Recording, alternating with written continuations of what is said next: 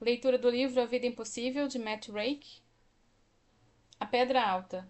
No avião para Ibiza, eu me sentei na frente de uma fileira de jovens conversando com entusiasmo sobre as boates. Parecia uma língua nova, mas ligeiramente familiar, uma espécie de código. Então, Ushuaia, amanhã, na segunda-feira? Circo Louco, na DC-10, Amnésia na quarta, Ushuaia e depois Rai na sexta, Pachá no sábado.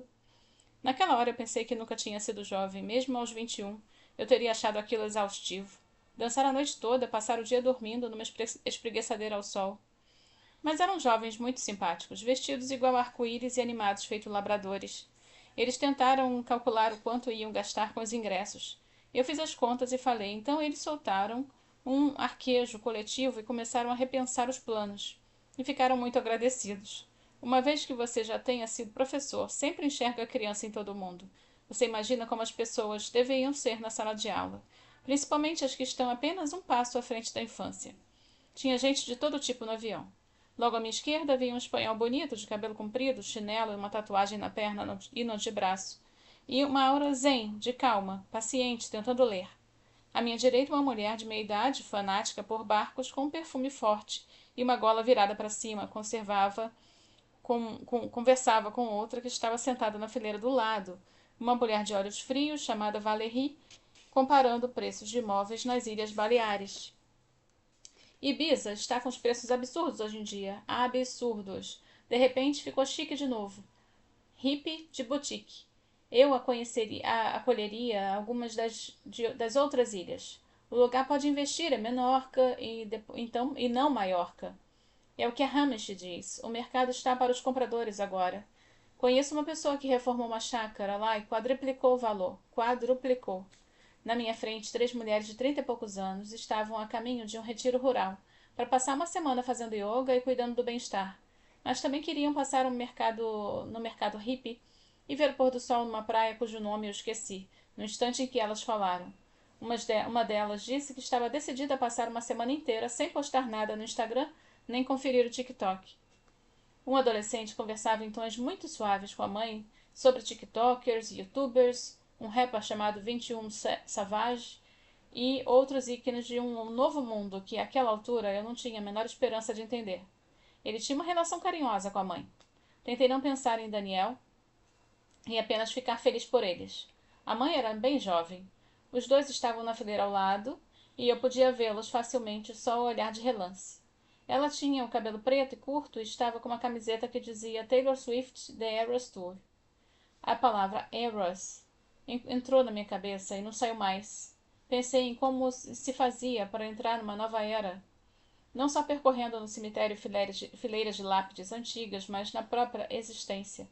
É preciso criar uma ruptura óbvia com o que veio antes. Em geologia, em geral, é depois de uma extinção, não é isso? A era mesozoica terminou com a destruição em massa dos dinossauros, por um meteoro. Eu me perguntei então se estava iniciando uma nova era ou se estava levando coisas demais comigo. Esse é o desafio da vida, não é mesmo? Seguir em frente sem aniquilar o que veio antes. Saber o que se ater e o que deixar para trás, sem se destruir. Tentar não ser o meteoro e o dinossauro ao mesmo tempo. Na fileira da frente, logo depois do banheiro, um casal da minha idade falava em um tom educado, estudando com atenção um livro chamado Trilhas Secretas Ibiza e Formentera. Eles conversavam sobre algo a respeito da ilha que tinham ouvido no Start the Week, um programa de debates na Rádio 4. Senti uma pontada de tristeza. Como seria ainda ter alguém com quem caminhar em trilhas secretas? Eles pareciam tão à vontade um com o outro. Lembrei de um documentário triste que vi uma vez sobre castores europeus, e como para ter certeza de que teriam casca de árvore suficiente para sobreviver, eles mantinham o mesmo parceiro pelo resto da vida. E se um deles morria cedo, não restava a menor chance para o outro. Então eu queria poder apertar a mão do Cal. As minhas pernas não foram um problema, não cheguei a sentir dor, só um leve inchaço nos tornozelos, mas estava acostumada com isso. Já era rotineiro. Fiz os meus exercícios de panturrilha e movimentei um pouco os pés, um sapateado lento e imperceptível, para fazer o sangue circular. Os meus quadris estavam começando a doer. Tentei não pensar nisso. Dor nas articulações é igual a luto. Quanto mais você pensa no assunto, mais dói. Mas é impossível não pensar no assunto porque dói. Um círculo vicioso. Senti o peso da minha imobilidade silenciosa, sentada ali em meio a tanta vida e barulho. Olhei para os anéis da minha mão da esquerda, a aliança do casamento e o rubi do anel de noivado. Lembrei que Cole me pedindo em casamento pela segunda vez na biblioteca onde nos abrigamos da chuva. 6 anos antes, eu tinha dito não para na sua primeira tentativa, num restaurante indiano em Hull, porque éramos muito novos e alguém tinha que ser sensato. Enquanto o piloto nos informava sobre a nossa altitude, eu olhei atentamente para a pedra vermelha e as memórias contidas nela no meu anel. Então me forcei a mudar o foco, antes de ficar sentimental demais. Por falar em coisas que desencadeiam lembranças, havia uma mãe carregando o bebê no colo, andando de um lado para o outro pelo corredor. Ela beijava a cabeça do filho, embalando a criança nos braços. Teve uma época em que ver uma cena dessas era dolorido. Uma época em que eu pensei em abandonar o magistério só para não ter de olhar para tantas crianças, todas vivas, indo para a escola em bicicletas que nunca batiam em caminhões.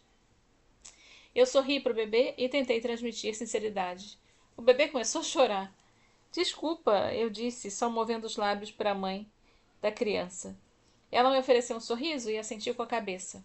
Uma comissária de bordo passou, atarefada, empurrando um carrinho de bebidas, e eu peguei uma gin tônica.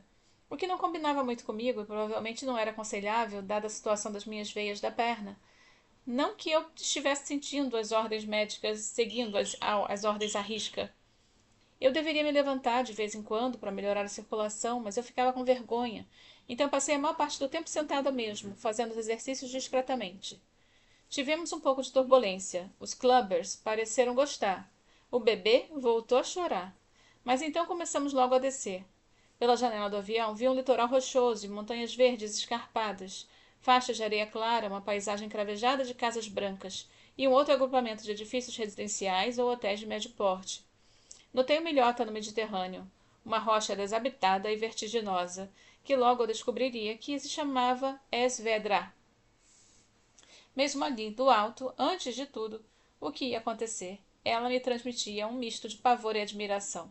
Se eu estivesse mais em sintonia com esse sentimento, talvez nem tivesse saído do aeroporto e tivesse voltado no primeiro avião para a Inglaterra.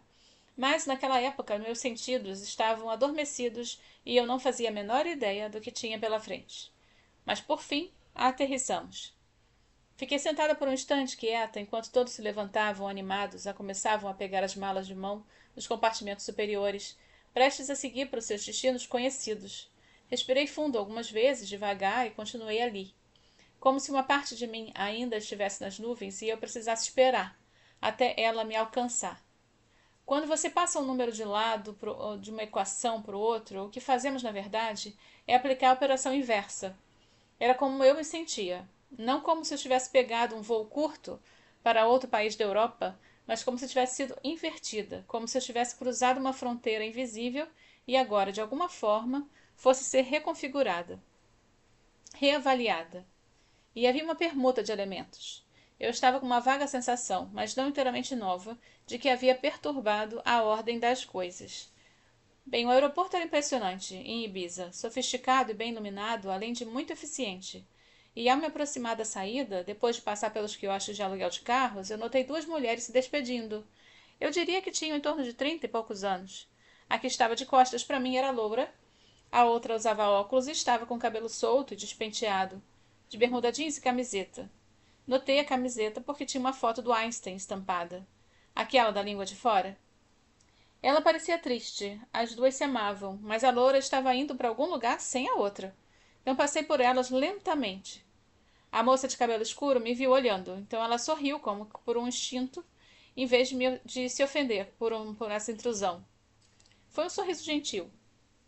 Isso me deixou um pouco à vontade naquele aeroporto movimentado, mas eu não fazia a menor ideia de que em breve eu ia conhecer aquela jovem, nem que acabaríamos virando amigas. E muitas vezes penso em como a vi bem ali, logo depois de pousar, como isso era estranho, como fazia parte de um padrão que até hoje mal consigo vislumbrar. Eu saí do aeroporto e o ar lá fora me envolveu como uma fornalha. Olhei ao redor, tentando me orientar. O prédio tinha um letreiro grande na frente, com letras garrafais que diziam Eivissa.